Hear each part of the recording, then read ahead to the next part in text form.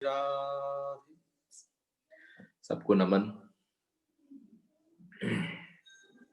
देखिए, जिस सूत्र में प्रवेश कर रहे हैं, it needs a lot of attention, क्योंकि वास्तविक जो हमारे साथ भ्रांतियां हैं, भ्रम में हम जीते हैं। हम इंद्रियों का जो एक्चुअल यूसेज है उसको ही नहीं समझ पाते।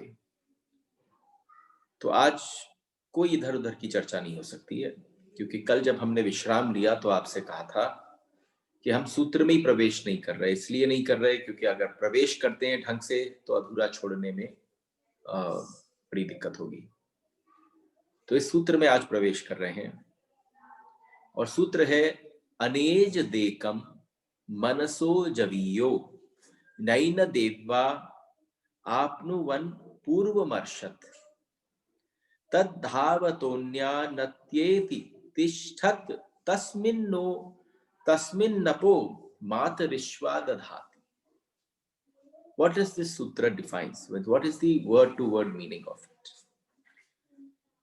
And believe me, this is something which is you, just about you. This is something जिसके साथ हम डोलते हैं। जैसे आप समझो छोटी सी बात, जो आपका हो, पूरी दुनिया भ्रमण कर डाली और उसी को नहीं जान पाए। सब कुछ जान लिया, तल तल वितल अतल सुतल पतल, सारी परा परा विद्याएं जान ली, सब कुछ जान लिया, लेकिन जो निजता है आपकी, उस निजता को नहीं जान पाए। जब उस निजता को न जान पाए, जब जान ही न पाए कि खुद कौन हो, तो आप समझ लो कितना ही जान लो, सब बेकार है ना। कितना ही जान लो। ये सूत्र कहता है वह आत्म तत्व अपने स्वरूप से न विचलित होने वाला। आप विचलित होते हैं, लेकिन इसका मतलब आप विचलित सिर्फ तब हो सकते हैं जब आत्म तत्व के साथ, आत्मा के साथ।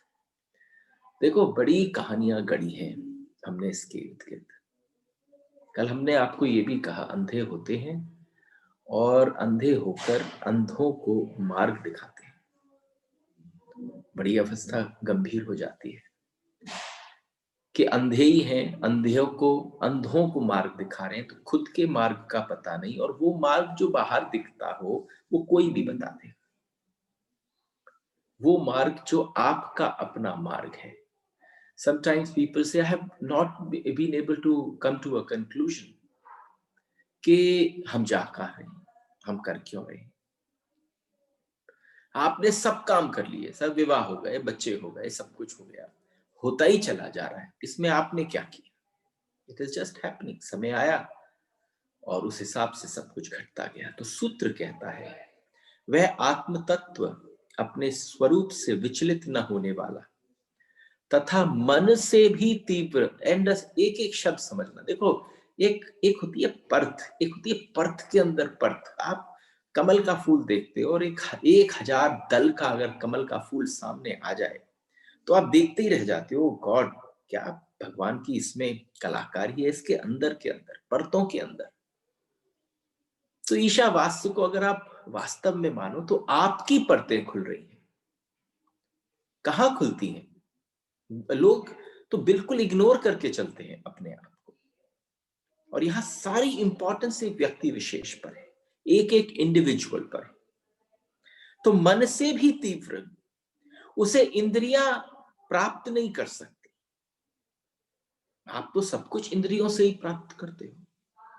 देखो, सूत्र के साथ साथ मैं आपको बता रहा हूं कि आज हम कौन से पथ पर चलने वाले हैं। इंद्रियां भी उसे प्राप्त न कर सकी क्योंकि यह उन सबसे आगे गया हुआ है। वो भी नहीं हासिल कर सकती। वह स्थिर होते हुए भी अन्य गतिशीलों को अतिक्रमण कर जाता है, अतिक्रमण कर जाता है उनका, जिनको आप गतिशील की श्रेणी में रखते हैं। उसके रहते हुए ही वायु समस्त प्राणियों के प्रवृत्ति रूप कर्मों का विभाग करता है। आइए ना, बड़ा मजा आने वाला है, क्योंकि कुछ कुछ चीजें ऐसी होती हैं आप जीवन पर्यंत भटकते हो। और पता नहीं कौन सी ठौर, कौन सा ठिकाना, कौन सा खूटा ऐसा मिल जाता है कि you actually get your answers. अगर हम कहें, अगर हम एक वृक्ष की तरह से सोचते, if you just think like a tree, what does a tree do? Just have a vision in your mind. आप दिन रात हेलुसिनेट करते हो, और जो हेलुसिनेशंस हैं वो हमारे को जाने कहां कहां भटकाते हैं। ये कोई हेलुसिनेशन नहीं। अगर मैं आपसे कहूं एक बार वृक्ष की परिकल्पना करो, और जैसे ही आप उस वृक्ष की परिकल्पना करते हैं तो वृक्ष वृक्ष में टहनियां, शाखाएं, पत्ते सब कुछ प्रकट हो जाते हैं। वृक्ष वृक्ष में पत्ते ऊपर आकाश की तरफ फैले हुए हैं, सारा फैलाव उनका बाहर की तरफ है। पत्तों के पीछे छिपी हुई उनकी कुछ शिखाएं हैं। उसके और अंदर की तरफ आए तो वृक्षों की पीढ़ है, यानी साक्षात जो मोटा तना होता है वो है। और अगर कोई और बहुत जागृत हो जाए, अगर कोई बहुत जागृत हो जाए तो धीरे धीरे वो पाएगा कि हाँ, पत्तियां, शाखाएं, उपशाखाएं बड़ी वाली, और उसके बाद मेन टहनी, और टहनी के अंदर भी अगर चला जाए तो गर्भ में, पृथ्वी के गर्भ में छिपी हुई कुछ कुछ जड़ें हैं। अब व्यक्ति से पूछो तुम रह कहां रहे हो?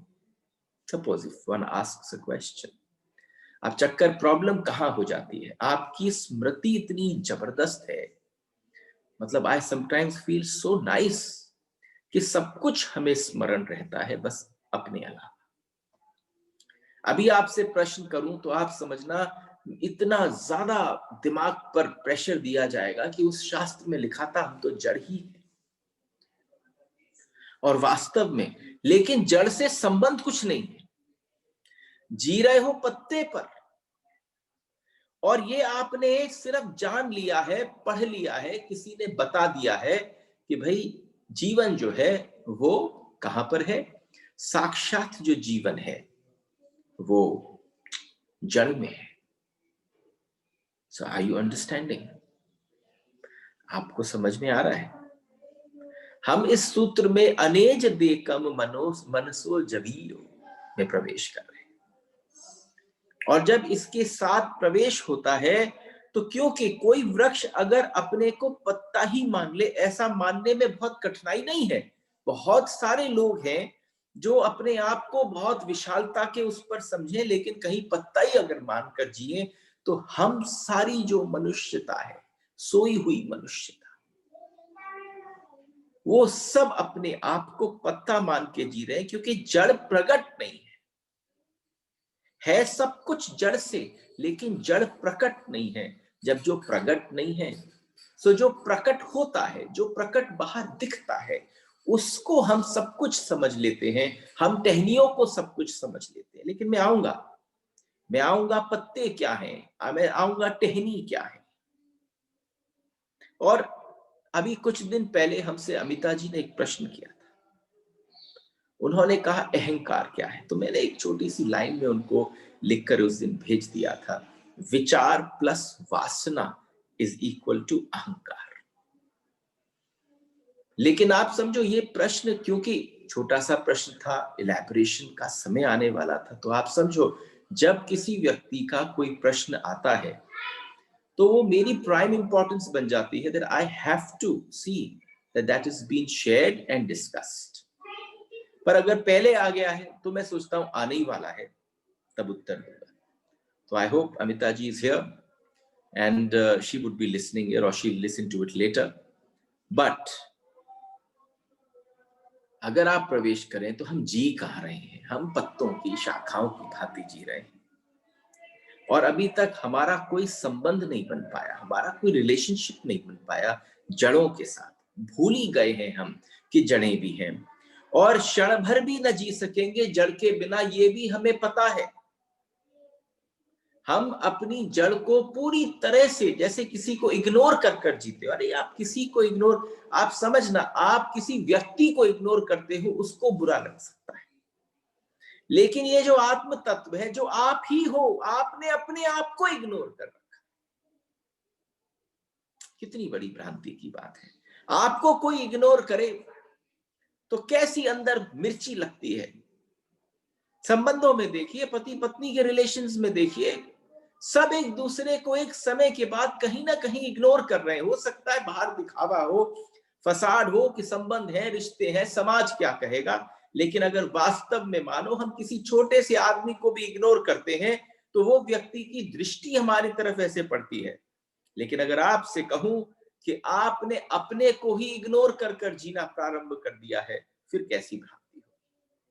You've ignored yourself through and throughout. आप जी का रहे हो, आप इग्नोर्ड हो अपने से ही। जो बाहर की वृत्ति है उसने भीतर की निजता को इग्नोर कर रखा है, और समझो कि पत्तों पे जी रहे, पत्तों को जड़ों का कुछ पता नहीं है। कल जब मैंने आपसे कहा अंबर बरसे धरती भीजे विरला जाने कोई, और धरती भीजे, आप समझना, ये जो समझ आ जाए, जब आपकी निजता से संबंध हो जाए, जब आपसे आपकी मुलाकात हो जाए, जब आप उस तत्व को जान जाओ, अरे कहां भटक रहा था, अगर जान जाता कि ये हूं मैं, तो बात खत्म हो जाती। खत्म हो जाती। वही जान जाने के बाद जब इस रोमांच का सफर प्रारंभ होता है, उत्सव, उत्साह और उल्लास बढ़ता है, तो संग वाले सबको वो निजता का एहसास होता है। तब आप बता सकते हैं, तब आप कह सकते हैं। और आप समझना, उपमा कहां दी गई है? उपमा दी गई है वृक्षों की भांति। अगर मनुष्य को भी हम वृक्ष मान लेते हैं, अगर हम मनुष्य को वृक्ष मान लेते हैं, तो जिन्हें हम विचार कहते हैं वो हमारे पत्तों से ज्यादा नहीं है। अब समझो, अगर मैं उपमा दे रहा हूं इस सूत्र को समझाने के लिए कि ये सूत्र समझ में आ जाए, तो मनुष्य जो है, मनुष्य की उपमा वृक्ष से दी गई, और वृक्ष पर जो पत्ते दिखते हैं, ये पत्ते क्या हैं? ये हमारे ही भीतर निकले हुए विचार हैं। उस विचार को हमने सब कुछ मान लिया है, हमें अपना पूरा रूप, क्योंकि हमें लगता है the thought is me, I have become the thought। जब आप इस भांति जीते हैं, वे हमारे पत्तों से ज्यादा नहीं है। आपकी सत्ता इस समय पत्ता कितनी देर का, उसका अभी कोपल फूटी, अभी हरा हुआ, अभी थोड़े दिन धूप लगी, अभी बारिश पड़ी और मुरझाना प्रारंभ किया, और कब टपक पड़ा। लेकिन समझो, जो भीतर भरा पड़ा है, जो तत्व जिससे वो पूरी ऊर्जा ले रहा था, वो आप हो, लेकिन आपने मान रखा है उसको। इसलिए मैंने कहा, सूत्र के प्रारंभ से पहले कहा, ये हम और आपकी वार्तालाप है। It's about us, it is only about us, इसमें और कोई शामिल नहीं है। लेकिन जैसे ही जमीन के गहरे में, अंधेरे में वृक्ष की जड़ें छिपी हैं, वैसे ही हमारे आत्मदत्त तत्व की जड़ें परमात्मा में हैं। देखो, ईशावास्य का मतलब ही है परमात्मा। हमारी जड़ें कहां हैं? हमारा स्रोत कहां से बह रहा है? रामचरितमानस की एक चौपाई है, उद्गम, सजल मूल जिन सरितन नाही, बरस गए सुखी बारी सुखाई। सजल मूल जिन सरितन नाही, understand how fit does it sends out here। सजल मूल, जिन सरिताओं का मूल सजल नहीं होता, वो सिर्फ बरखा के दिनों में बहती हैं, बाद में सूख जाती। सजल मूल है, आत्म तत्व की जड़ें परमात्मा में है। पूर्ण मदः पूर्णमिदम्, उसकी जड़ें, अरे जहां से निकला है वो पूर्णाति पूर्ण है, पूर्ण पुरुषोत्तम है। उससे जो विकसित होगा, उससे जो निकलेगा, वो पूर्ण होगा। वो पूर्ण क्या है? जिस पूर्ण को बोला गया वो आत्मा है, और आपने उसमें अपूर्णता लगाई क्योंकि उससे संबंध हुआ नहीं, उससे मुलाकात हुई नहीं। और आपने अपने ऊपर प्रश्न चिन्ह लगा के जी लिया, उसके बाद अगर आपके जीवन में प्रश्न चिन्ह उठता है तो अवस्था कैसी घटती है? आपने स्वयं पर प्रश्न चिन्ह लगाए। बहुत गहरे में छिपी हैं जड़ें, वहां से हम रस पाते हैं, वहां से हम ऊर्जा पाते हैं, वहां से हमारा स्रोत बहता है, वो सजल मूल है, वो गंगोत्री है, वहां से हमारी गंगा बहती है, वो मान सरोवर है, वहां से हमारी पंच नदियां बहती हैं, वो स्रोत है, आत्म तत्व है, वहां से प्राण की धाराएं बहती हैं। और सब कुछ जब वहां से बहता है, हम कहां पर रह रहे हैं कि हम पत्तों पर रह रहे हैं, लेकिन ध्यान नहीं है कि पत्ते भी तब तक हिलते डुलते हैं जब तक वहां से स्रोत पहुंचता है, जब तक वहां से वो भरता है। हम पत्ते ना हो सकेंगे अगर हमारी जड़ें और उनसे रस न बहता हो। और कहीं वो अगर सिकोड़ ले अपनी एनर्जी को, क्या होता है जब हमने आपसे कल कहा, व्हाट हैपेंस जब सिकुड़ना होता है तो सारी शक्ति चारों तरफ से अंदर आ जाती है। हम उसको कहते हैं मरण निकट है। हम तब कहते हैं कि मरण निकट है। हम पत्ते ना हो सकेंगे अगर वे जड़ें ना हो, हम हो ही ना सकेंगे। और जिस दिन वे जड़ें अपने को सिकोड़ लेती हैं, अंदर की तरफ खींच लेती हैं परमात्मा में, उस दिन हमारे पत्ते कुम्हला जाते हैं। उनका जो हरापन है वो धीरे धीरे चला जाता है। हमारे अंदर जो यौवन है वो बुढ़ापे की ओर अग्रसर होता चला जाता है। This is a cycle which is constantly happening. तो आपके विचार क्या हैं? आपके विचार जो हैं, अगर हम वृक्ष की भांति चल रहे हैं, आपके विचार ही पत्ते हैं। आपके विचार पत्ते हैं और शाखाएं वासनाएं। हम जी कहां रहे हैं? हम जी ही केवल एक सुपरफिशियल थॉट प्रोसेस में रह रहे हैं। वो जो सुपरफिशियल थॉट प्रोसेस है, वो जो बहुत ऊपरी आवरण है, उसमें रह रहे हैं। हमारे विचार हमारे पत्तों की भांति, कहीं कोई गहरा कनेक्शन नहीं। हमारी वासनाएं हमारी शाखाओं की भांति, और इन पत्तों और शाखाओं से जो जोड़ निर्मित होता है, yes I am coming to this point, जो जोड़ बनता है विचार का और वासना का, जिस समय वासना और विचार मिल जाते हैं, उससे जिस चीज का जन्म होता है उससे पीड़ित है हम सब। वो क्या है? वो है अहंकार। कहां से उत्पत्ति होता है, कहां से उसकी उत्पत्ति होती है? सो आप समझना, इससे साधारण और क्या समझाएंगे हमारे उपनिषद के ऋषि, वही समझा रहे हैं। कुछ नया ना हम जोड़ पा रहे हैं, ना कोई और कुछ जोड़ पा रहा है। सब कुछ विद्यमान है, उघाड़ने का समय आ जाता है तो थोड़ा बहुत उघड़ जाता है। यह बहुत गौड़ हिस्सा है हमारे अस्तित्व का।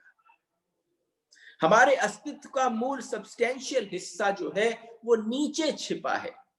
जी हम कहां रहे हैं? वासना और विचारों के जोड़ पर जी रहे हैं। ये दोनों का जोड़ जो है वो जिस समय प्रकट होता है वो रोग का रूप धारण कर लेता है। वो रोग का रूप ही है साक्षात जिसको हम कहते हैं अहंकार, जिसके बिना हम न हो सकेंगे। यद्यपि जिसे हम भूल सकते हैं, जिसके बिना हमारा कुछ भी ना हो सकेगा, लेकिन फिर भी वह इतने भूगर्भ में छिपा है, वो इतने भीतर है कि आप चाहकर भी, आप कोशिश करते हैं, अस्तित्व की इतनी गहराई है कि हम उसे विस्मरण कर सकते हैं, हम उसे विस्मृत होकर जी रहे हैं। ये हमारा विस्मरण है।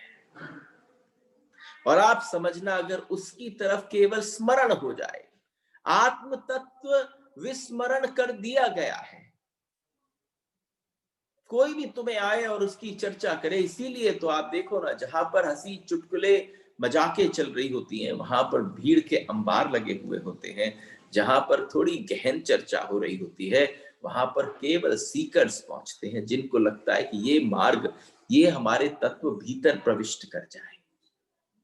और मजे की बात है, जो बहुत गहरा नहीं है, उसके बिना भी हम हो सकते हैं, और ऊपर जो होता है परिधि पर वह दिखाई पड़ता है, वह पकड़ में आता है। हम अपने को जब पकड़ने जाते हैं तो अपने विचार जोड़ को समझ लेते हैं, विचारों को, वासनाओं को समझ लेते हैं, अहंकार को समझ लेते हैं कि ये हम हैं। जब भी हम उसे पकड़ने जाते हैं तो ऐसा लगता है कि उस आत्म तत्व के ऊपर हमने ऐसा तंतु, ऐसा जाल बना रखा है, सारे इन जितने भी अवस्थाओं का, कि हम उसके भीतर प्रविष्ट नहीं कर पाते। आत्म तत्व को जो पहचान लेगा, देखो उपनिषद के ऋषि क्या कह रहे हैं। तुम सारे अगर ये सोचो कि परमात्मा के मंदिर में पहुंच जाओ और परमात्मा को मिलाए, इस भ्रांति में मत पड़ो, यह असंभव है, ये भ्रांति गलत है। आप वहां पर केवल नमन करने जा सकते हो, आप मंदिर केवल ग्रैटिट्यूड में जा सकते हो। लेकिन अगर आप सोचो वहां पहुंचकर बैठा परमात्मा इंतजार कर रहा हो कि ये कब आएंगे और इनसे मुलाकात हो जाएगी, ना आत्म तत्व को जो जान जाएगा वो परमात्मा को जान जाएगा। हमने क्या किया, हर आदमी के हाथ में घंटा थमा दिया। बड़ा मजा आता है। बचपन से जैसे ही बच्चा हुआ उसकी कंडीशनिंग शुरू करोगे तो भाई सीधी सी बात है। और माता पिता भी कैसी मजेदारी से बात सुनाते हैं। अरे महाराज जी आपको क्या बताओ, जैसे ही हमारे मंदिर के अंदर घंटे की नाद होता है, मेरा जो पोता है वो इतना मस्त और आनंदित हो जाता है। क्यों? क्योंकि बस उसका मन उसमें रमण करने। अरे बिल्कुल करेक्ट बात है। ये जो नाद है, ये कहीं नाद उसके अंतर नाद के ओम के साथ मिल जाता होगा। कहीं वो इतना इनोसेंट है, इतना छोटा है कि उसका जो बचपना है, जो उसने जो उस पोटेंशियलिटी के साथ, जो ब्लूप्रिंट है, उसके साथ संबंध हो जाता होगा। लेकिन हम सारे के सारे ये धारणा बनाते हुए चलते हैं कि मंदिर पहुंच जाओ तो परमात्मा से, मंदिर पहुंच जाओ तो धन्यवाद करने जाना, मंदिर पहुंच जाओ तो ग्रैटिट्यूड करना कि जो मिला बहुत मिला। लेकिन और इस साल तो बहुत ज्यादा ग्रैटिट्यूड करना कि जो बच गए हैं, भगवान की बड़ी कृपा है कि उन लोगों को किसी तरह से शरण, वो अपने भी बचाव में लग गए। पर इतना भी कहूं कि सिकुड़ भी मत जाना। तुम इस भय के कारण डर डर कर सिकुड़ भी मत जाना। ऐसा ना हो जाए कि जब निकलने की बारी आए तो तुम्हारा भय तुम्हें निकलने न दे। इसलिए कहा गया, लेकिन हम तो जीते हैं पत्तों की भांति।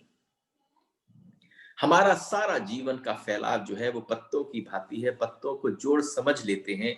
इसलिए एक जरा सा पत्ता कुम्हला जाता है, एक थोड़ा सा रंग बेरंग हो जाता है, एक थोड़ा सा सिकुड़ जाता है, तो हमें लगता है देखो गया गया गया, हम सोचते हैं मर गए, नष्ट हो गए। अरे इसको आप दूसरे भांति भी समझ सकते हो। एक बड़े बड़े पत्ते जो हैं कमल के और सबके पत्ते, उनपे कोई एक बूंद गिरती है आसमान से ओस की, और ओस की बूंद उसके ऊपर भागती दौड़ती रहती। कोई दूर से देखे तो लगेगा जैसे हीरा उसके ऊपर चमका हुआ है।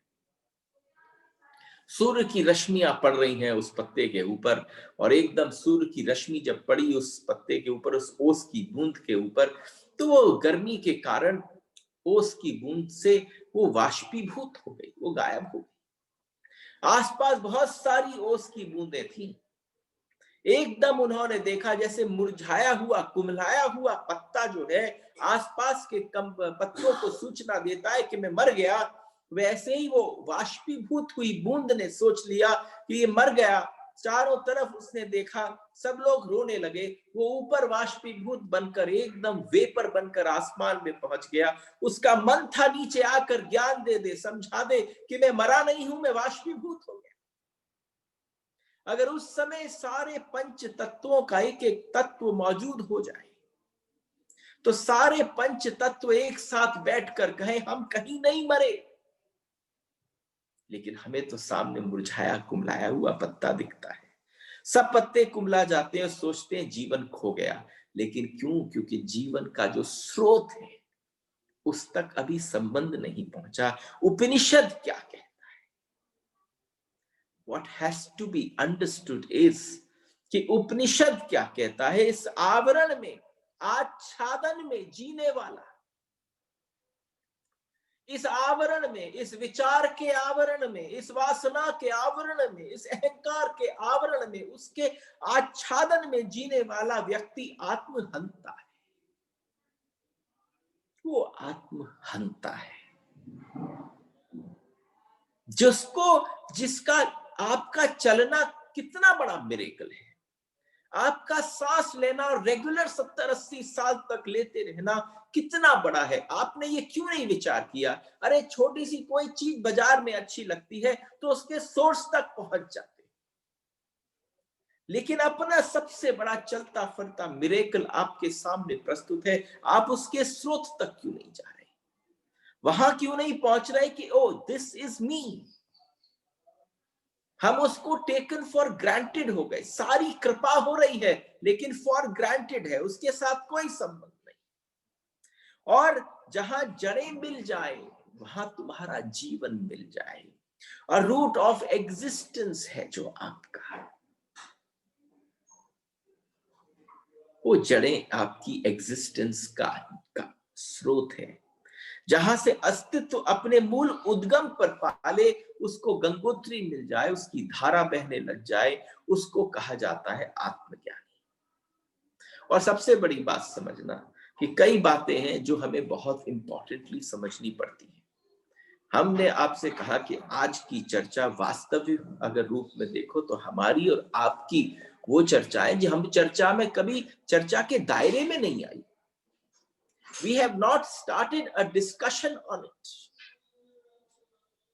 तो आप समझो, जब प्रश्न उठता हो, आत्म तत्व के विषय में चर्चा उठती है, तो कुछ बातें जरूर ध्यान में रख लेनी चाहिए, जिससे सबसे बड़ा रहस्य की बात है कि जहां जहां परिवर्तन होता है, समझना, जहां जहां परिवर्तन होता है, जिस जिस स्थान पर वहां वहां स्थिरता अनिवार्य है। Now listen to this.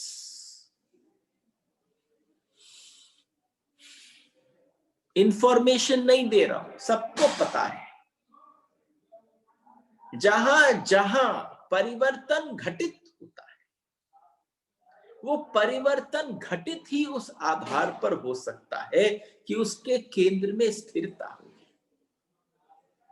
परिवर्तन कैसा है कि हमारे और आपके जीवन में जन्म से परिवर्तन ही तो चल रहा है। कहा एक छोटे से 2 मैया के हाथ में हम गोदी में आ जाते थे, इसी में हमारा पूरा शरीर इकट्ठा हो जाता था। हम अपनी उसकी छाती से लग जाते, कंधे पर ही बैठ जाते, और एक दिन बड़े बड़े बड़े बड़े होते रहे, और इतने के शरीर 6 फुट का हो गया। हमारा शरीर इतना बलशाली हो गया, बड़े हो गए, चारों तरफ बाहर परिवर्तन होता रहा। अगर उस परिवर्तन को मैंने वृक्ष के एक पत्ते की उपमा दे दी तो उसमें कौन सी भिन्नता थी? इस सृष्टि पर जो भी कुछ परिवर्तनशील है, उसके केंद्र में स्थिरता आवश्यक है। अगर स्थिरता न होगी तो परिवर्तन न हो पाएगा। ये पूरी की पूरी परिवर्तन की श्रृंखला तभी तक है जब तक स्थिरता अनिवार्य है। एक गाड़ी का चाक चलता है, आप कहीं चलते हैं, आपके चलने के समय पर आप समझना, आप कोई गाड़ी लो, कहो अरे ये 25,000 किलोमीटर चली, ये 50,000 चली, ये लाख चली, ये बड़ी अच्छी थी, ये वैसी थी। अरे ये सारी गाड़ियां जो थी, ये क्या गाड़ी है? शरीर को देखो, लाखों किलोमीटर चल जाता है, लाखों किलोमीटर चलता है। वो गाड़ी चलती है किसी एक चाक के ऊपर, एक बीच में केंद्र होता है जो चलता नहीं है, और सब कुछ चलता है, उसके आधार पर पहिया चल रहा है। उसी प्रकार से ये जीवन चल रहा है, इसका जो चाक है, इसकी जो कील है, वही आत्म तत्व है, इसका जो सेंटर है वो है। तो पहले बात तो हमारे जीवन में सब कुछ परिवर्तनशील है। Everything that is happening in our life is constantly changing. परिवर्तन हो रहा है। अगर इसको आप गौर से समझ लें तो बात समझ में आ जाएगी। जहां तक परिवर्तन, वहां तक जानते हैं कि जब पुराने जाएंगे तो नए आएंगे। जब कोई यहां से निकलेगा तो दूसरा आएगा।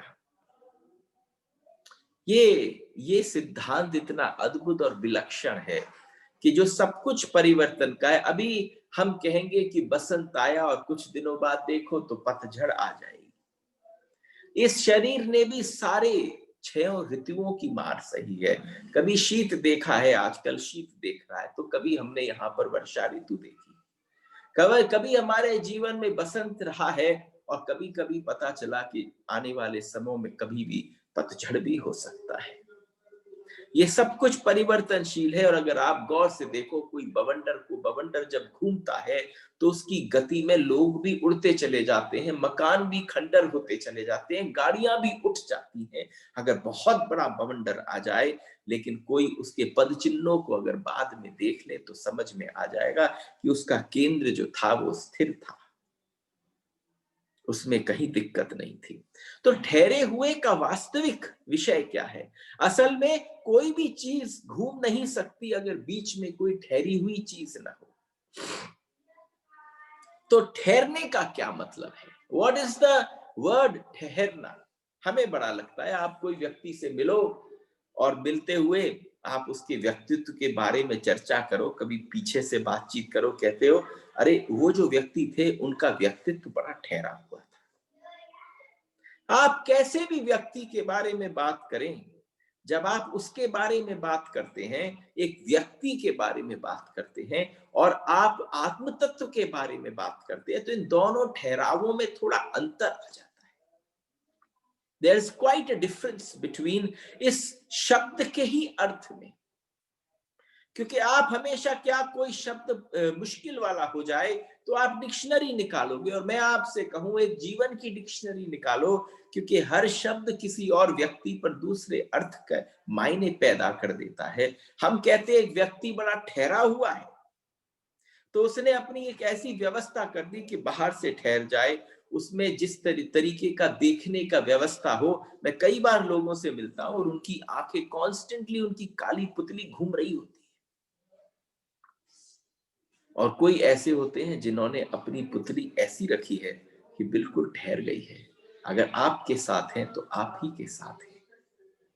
तो जब आप उस व्यक्ति की चर्चा करते हो, तो what is the English word for ठहर जाना? स्टैग्नेंट। और आत्म तत्व को अगर हम ये कहें ठहर गया यानी स्टैग्नेंट हो गया, तो बड़ी गलती हो जाएगी। एक व्यक्ति के साथ उपमा दी जा सकती है स्टैग्नेंट, लेकिन परमात्म तत्व के साथ, आत्म तत्व के साथ उसे स्टैग्नेंट नहीं किया जा सकता। स्टैग्नेंसी उसकी धारा में ही नहीं आती। जब स्टैग्नेंसी उसकी धारा में नहीं आती, आत्म तत्व स्थिर है, और आत्म तत्व इस अर्थ में स्थिर है, इस अर्थ में ठहरी हुई है कि अब उसमें परिवर्तन का कोई उपाय नहीं है। There is no possibility of further change. आप किसी भी व्यक्ति में कहें, उसके ठहरेपन में कोई परिवर्तन की पॉसिबिलिटी हो सकती है, उसकी और कहीं गहराई और बढ़ सकती है, वो अनंत गहराई तक जा सकता है। लेकिन आत्म तत्व को आप स्टैग्नेंट वर्ड नहीं बोल सकते, उसको ठहरा हुआ बोलते हैं, इसलिए क्योंकि उसके साथ अभी कोई वो पूर्णतम तक पहुंच चुकी है, अब उसमें कुछ ऐड करने की जरूरत नहीं है। आत्म तत्व इतना परिपूर्ण है। If you actually bring one word in this explanation, it will be absolute. आत्म तत्व इतना एब्सोल्यूट है, इतना निरपेक्ष है कि जो भी इतना पूरा हो कि उसमें कुछ और जोड़ने का, कुछ परिवर्तन का, कुछ निकालने का, निकाल भी नहीं सकते। जोड़ने की तो बात छोड़ दीजिए, इतना परिपूर्ण है। परिवर्तन वही होता है जहां अपूर्णता होती है, जहां अभी पूर्णता नहीं पहुंची, वहां कांस्टेंट परिवर्तन, बदलाहट वही होता है जहां कुछ होने की गुंजाइश होती है। जहां पर अभी कुछ बाकी रह गया है, वहां संभव है। जहां कुछ और होने की सुविधा है, अवकाश है, स्पेस है, यहाँ पर आत्म तत्व में किसी प्रकार का न स्पेस है, न कोई कोई कमी है, न किसी प्रकार का, क्योंकि वो निकला किससे है? पूर्ण से। ये आधार है ईशावास्योपनिषद का। This is the source. इस सोर्स से आप निकले हैं। आत्म तत्व स्थिर है, इसका अर्थ आत्म तत्व पूर्ण है। इसका मतलब ही है कि वो पूर्ण है। पूर्ण को बदलोगे कैसे, पूर्ण में जोड़ोगे कैसे, पूर्ण से निकालोगे कैसे, और फिर आगे बदलने का उपाय नहीं है। आत्म तत्व स्थिर है, इसका अर्थ आत्म तत्व पूरा खिला हुआ कमल है। पूरे खिले कमल को क्या करोगे, बंद भी नहीं होगा, वो क्लोज भी नहीं होगा। तो आत्म तत्व की जो अवस्था है, अगर वो समझ में आ जाए, और सबसे बड़ी बात है कि अगर उसको बहुत एक अलग प्रारूप में, क्योंकि everybody needs explanations, and I sometimes really feel that we have to get into the पर्थ के अंदर पर्थ। तो पोटेंशियलिटी एक्चुअलिटी हो गई है, पोटेंशियलिटी एक्चुअलिटी हो गई है आत्म तत्व के रूप में। यह जो भी छिपा था बीच में, वो सारा का सारा प्रकट हो गया है। वो अवस्था अद्भुत हो गई है। दूसरी बात, ईशावास का सूत्र कहता है इंद्रिया इसे पा न सके। होश, हम कहते हैं ना छोटे से बच्चे से, होश में आ जाओ। तो इस समय पर बड़ा मन कर रहा है, जैसे मैं आप सबसे कहूं, सारा अपना होश इस समय, क्यों? क्योंकि इंद्रियों की चर्चा प्रारंभ हो रही है, इसके बाद थोड़ी मन की चर्चा प्रारंभ होगी। इंद्रियां इस आत्म तत्व को पा न सकेंगी। और ये बात आप 100 बार सुन चुके हो, लेकिन अगर 100 बार सुनने के बाद भी न बैठी हो, तो देखो इस बार ऐसे बैठो कि आपका आत्मसात जो है वो आत्म तत्व के विषय की चर्चा से हो रहा। इंद्रियां केवल पैसेज है उस स्रोत को आपको भीतर लेकर जाने के लिए। तो ईशावास्य कहता है इंद्रियां पा न सकेगी, क्योंकि इंद्रियों के वो पहले है। ये बात समझे, this has to be understood very well. वो इंद्रियों के पहले है, इंद्रियों के बाद नहीं है। इंद्रियों के बाद नहीं है, इंद्रियों के आगे नहीं है, इंद्रिय के पीछे है। इसलिए इंद्रियां उसे पकड़ न सकेंगी। और जब ना पकड़ सकेगी तो मैं आपको आंख से देखूं तो आपको देख सकता हूं, अपने आप को नहीं देख सकता। It is very difficult. मैं आपको देख सकता हूं, अपने को नहीं देख सकता। आप मेरी आंख के आगे हैं, लेकिन मैं मेरी आंख से अपने को नहीं देख सकता, सबको देख सकता। क्योंकि जो मेरा होना है वो इस मेरी आंख की इंद्रिय के पीछे है, और आप इसलिए दिखते हैं कि मेरी इस इंद्रिय के सामने। एक बच्चा गर्भ में निर्मित होता है, let's understand it this way. एक बच्चा गर्भ में निर्मित होता है, और तो जीवन पहले आ जाता है, फिर इंद्रिय आती है। Now, this is something that you have to understand. पूरा इंद्रियों का जो जाल है वो समझ में आ जाएगा। एक बालक गर्भ में निर्मित हुआ, और जैसे ही वो बालक गर्भ में निर्मित हुआ तो जीवन पहले आ जाता है। हम पहले ही बता देते हैं, जब जैसे ही एक दूसरी आत्मा का प्रविष्ट हुआ तो बता दिया जाता है कि जीवन का पदार्पण जो है मां के गर्भ में हो गया है। और फिर इंद्रिय आती है, फिर इंद्रिय आती है। पहले कौन आया? जीवन आया। जीवन कौन है? आत्म तत्व। अगर पहले जीवन आया और जीवन को हमने जान लिया कि वो आत्म तत्व है, तो इंद्रियां उसके बाद आती हैं। और ये बात भी बिल्कुल सही बैठती है।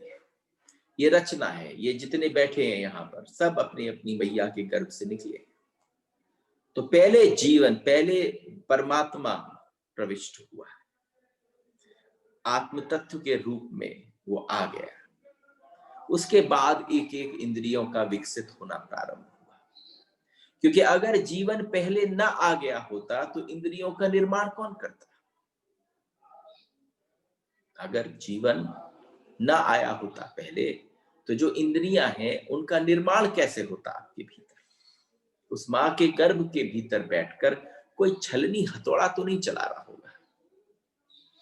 लेकिन जब वो आत्म तत्व अंदर प्रविष्ट हो गया, इंद्रियां, जीवन तो आ ही गया और आत्मा तो पहले प्रवेश कर जाती है, गर्भ के अणु में पूरी आत्मा प्रवेश कर जाती है, फिर एक एक इंद्रिय विकसित होना प्रारंभ होता है। फिर एक एक इंद्रिय विकसित होती है धीरे धीरे,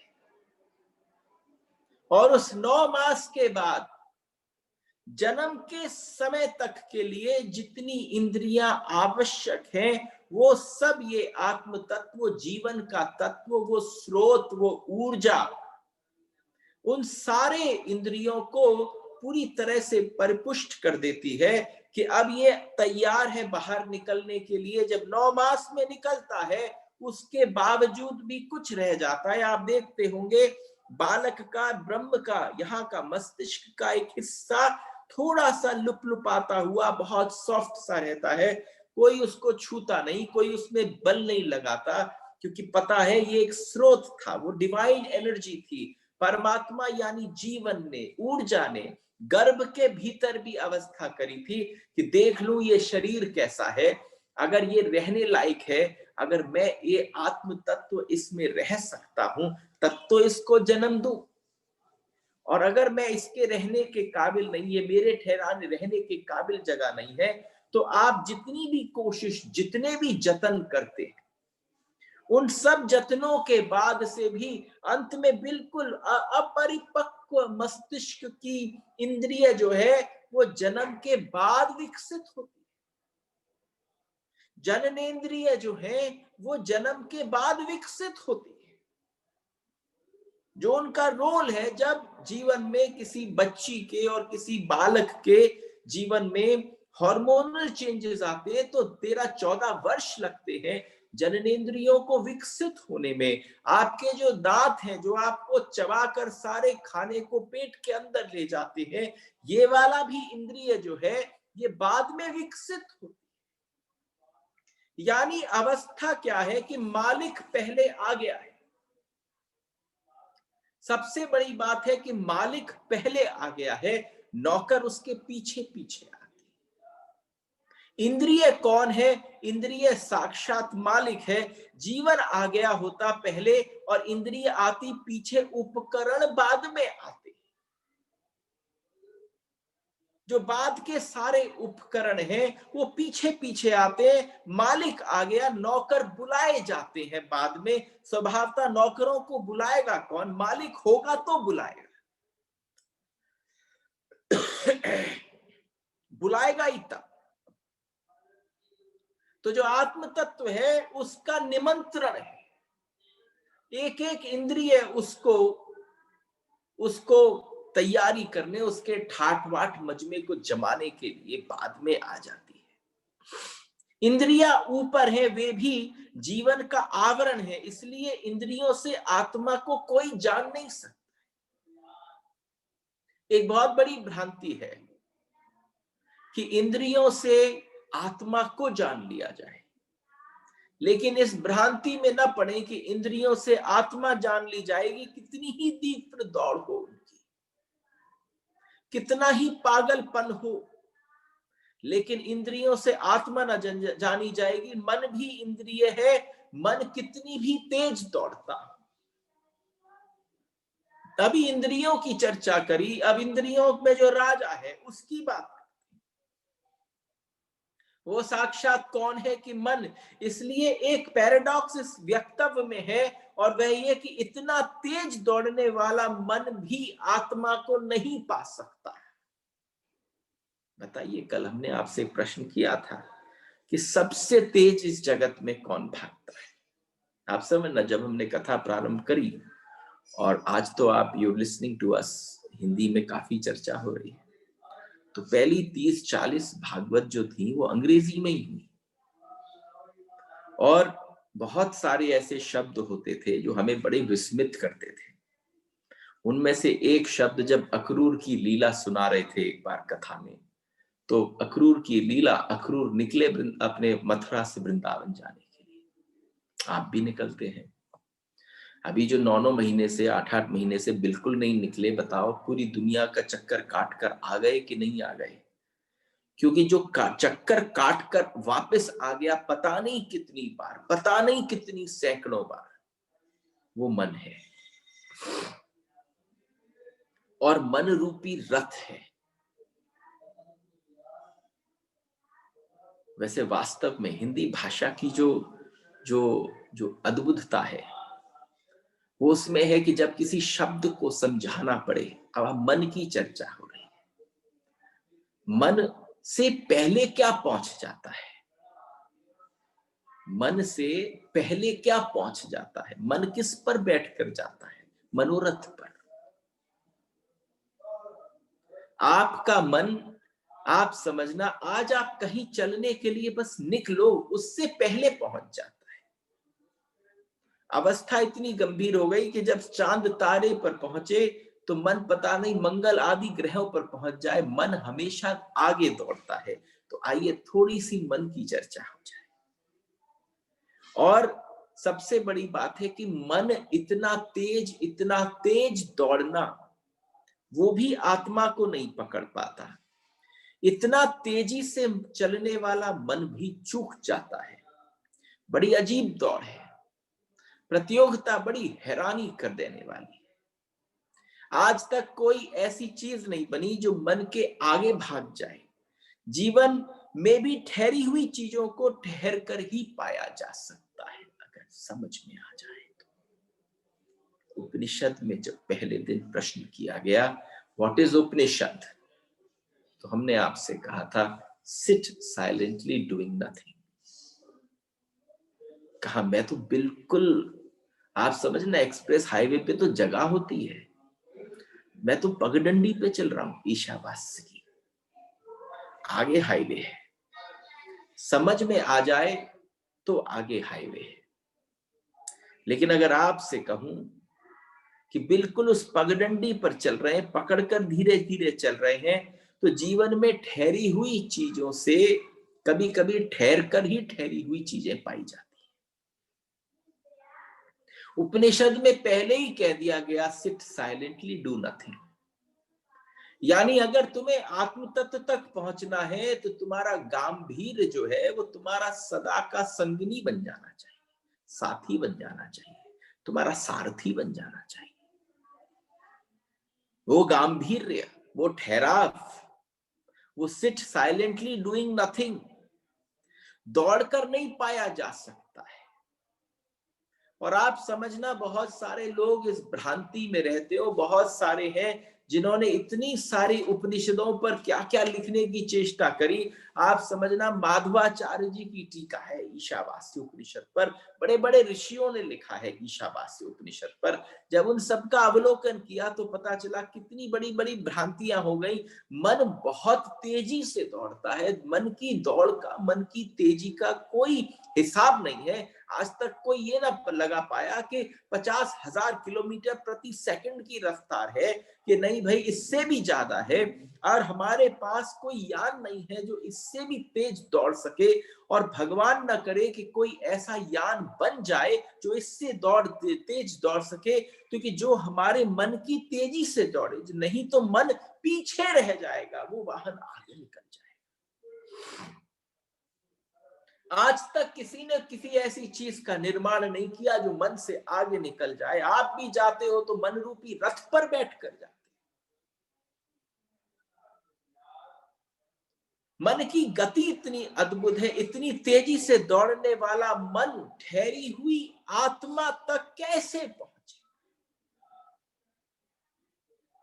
दौड़ने वाला जो मन है वो ठहरी हुई आत्मा तक पहुंचेगा कैसे? उपनिषद कहते हैं, ठीक कहते हैं, क्योंकि जो बिल्कुल ही ठहरा है उसको दौड़कर पाया नहीं जा सकता।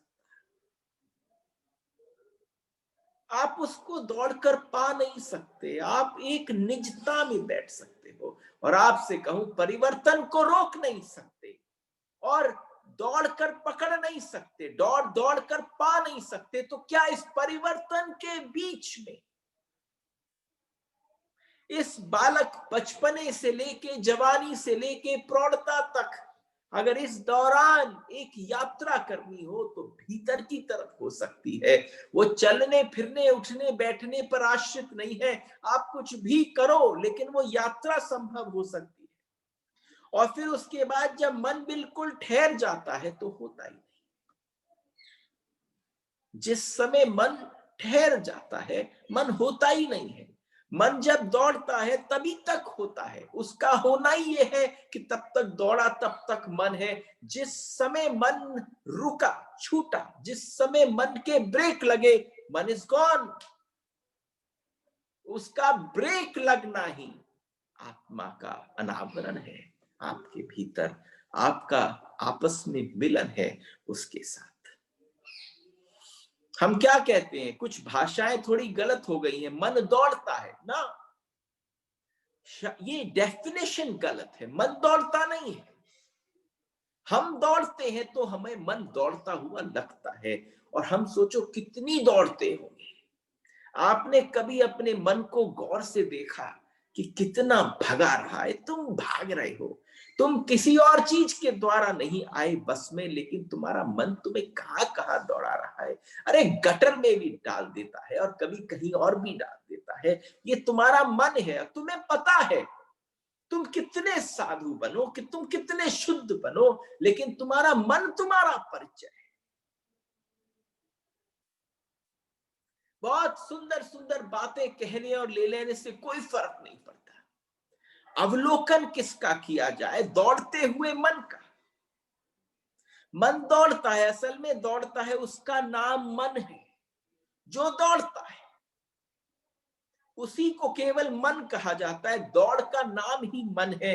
तो ठहरे हुए मन का कोई अर्थ होता ही नहीं, अमन होता है, अमन।